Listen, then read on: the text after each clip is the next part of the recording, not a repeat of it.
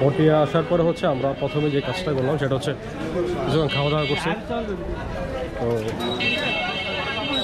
খাওয়া দাওয়া করে এখন আমরা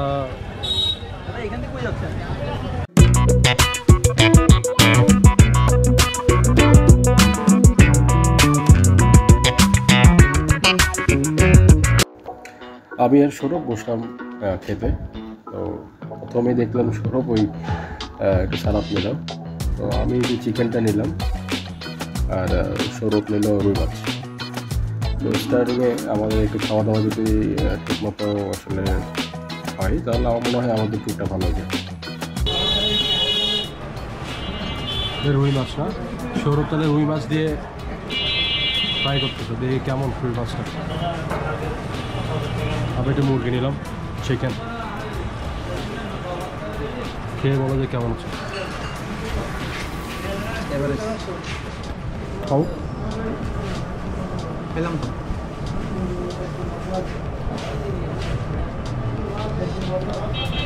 কেমন আছে? ভালো আছে।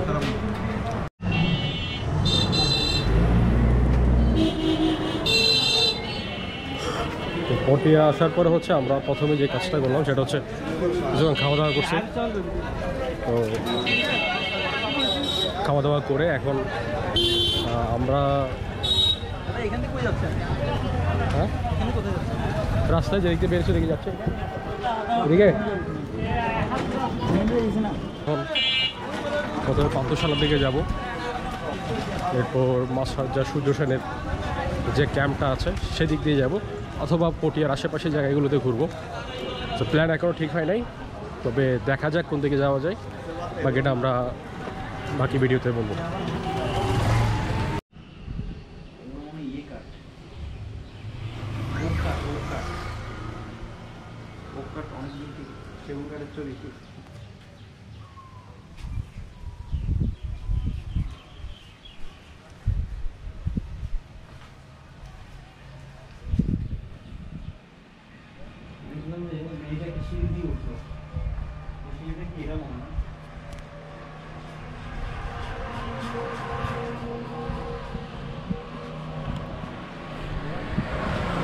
আচ্ছা,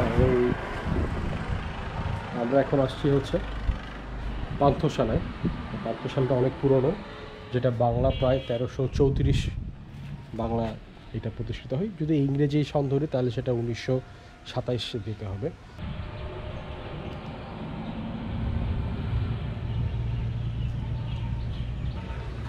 আচ্ছা, তো এই জগৎচন্দ্র মহাজনের যে পান্থশালাটা বাংলা প্রায় 1334 বাংলার দিকে এটা প্রতিষ্ঠিত হয়।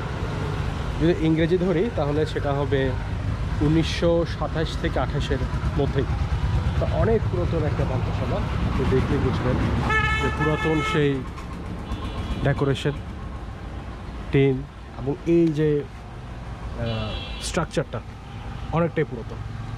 তো এই পাশটাতে একটা সিঁড়ি আছে সম্ভবত, সিঁড়িটা দিয়ে উঠা যায় কিনা দেখি।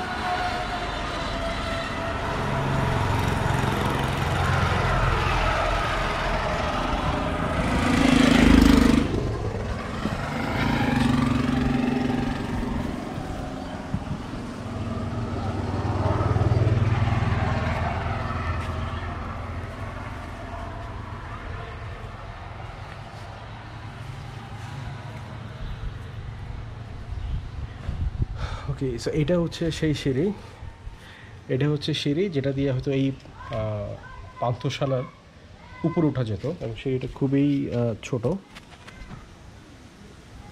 এবং পাশে একটা পুকুর বলা যায়, পুকুরও আছে। এইটা হচ্ছে দ্বিতীয় তলা, এটা জানলা, এদিক থেকে দুইটা, এ পাশে দুইটা, আর এই দিকটা হচ্ছে সিঁড়ি। তো অসাধারণ একটা স্ট্রাকচার, 1334 বাংলা, এবং প্রায় 1927 কিংবা 1928-এর দিকে। তো তখনের মানুষের চিন্তাভাবনা আসলে অসাধারণ, এবং এটা এখনও টিকে আছে। তো পটিয়াতে যাওয়ার সময়, অর্থাৎ থানার মোড় থেকে ধলঘাট ক্যাম্পের দিকে যাওয়ার সময় যে রোডটা পড়ে ঠিক তার বাম দিকে এই পান্থশালাটা পড়বে। এই অংশটা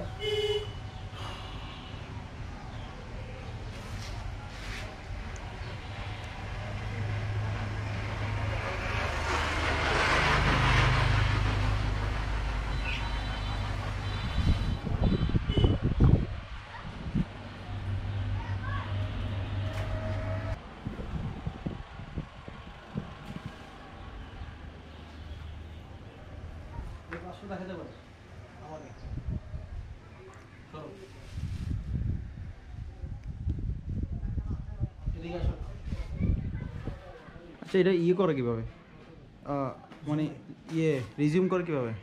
রিজিউম করে ফোন সিস্টেম নেই, চলতেই থাকবে? ও, তাহলে সমস্যা। ঘাটের দিকে একটু বসি না।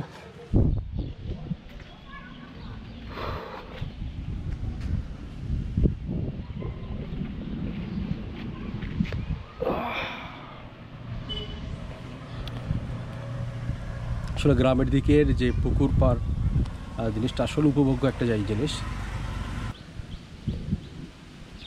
পান্থশালাটা যেটা 1927 এবং 28 দিকে হয় ইংরেজিতে, এবং বাংলা হচ্ছে 1334 বাংলার দিকে। তো জগৎচন্দ্র মহাজন যেটা পান্থশালাটা নির্মাণ করেন, তা আমার যেটা মনে হয় সেটা হচ্ছে এখান থেকে মানুষ বাজার থেকে আসার সময় কিংবা যাওয়ার সময় পথিকরা ক্লান্ত হয়ে যেত, তাদের বিশ্রামের জন্য একটা উপযুক্ত একটা জায়গা ছিল এই পান্থশালা। তারা এখানে এসে পুকুরে হাত মুখ ধুতো, যারা তৃষ্ণার্ত মানুষ তারা পানি পান করতো, এরপর পুনরায় তাদের গন্তব্যে ফিরে যেত। তা আমার যেটা মনে হয় যে এই পান্থশালার যে নির্মাতা জগৎচন্দ্র, তার এই চিন্তা ভাবনাটাকে আমরা অবশ্যই ধন্যবাদ জানাবো।